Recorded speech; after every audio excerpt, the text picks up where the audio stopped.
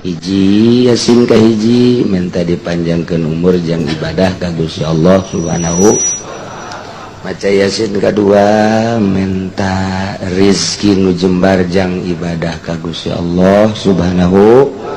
Men katilu minta dihampura dosa nu geus kaliwat baik anu endeuk kitu ber. Malam nisfu Saban ramekeun ulah obrol naon izin Allah keur mukakeun pintu magfirah jeung rahmat.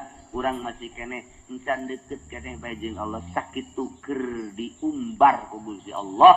Magfirah teh keur disebar, urang masih keneh encan beuki keneh rugi amat. Insyaallah. Iyalah malam Salasa urang babarengan ngalaksanakeun ngaramekeun malam nisfu. Malam ieu malaman dibuka 300 lawang rahmat. Mantap. Allah malaman nisfu Sya'ban, malaman nisfu Sya'ban fa yaghfirullahu ta'ala li jami'i man la yusyriku billahi syai'an. Allah bakal ngahampura ka sakabeh jelema anu teu musyrik ka Gusti Allah Subhanahu.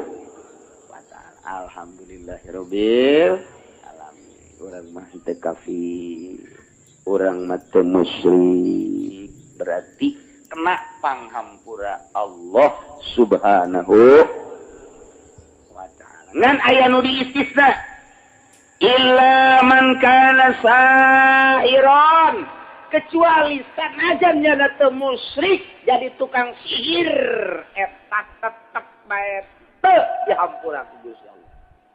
Tukang sihir teu dihampura atau nu nyihir teu dihampura ku Gusti Allah. Malam nisfu Saban can tobatkan mikeun sihirna teu ditarima. Teu dihampura.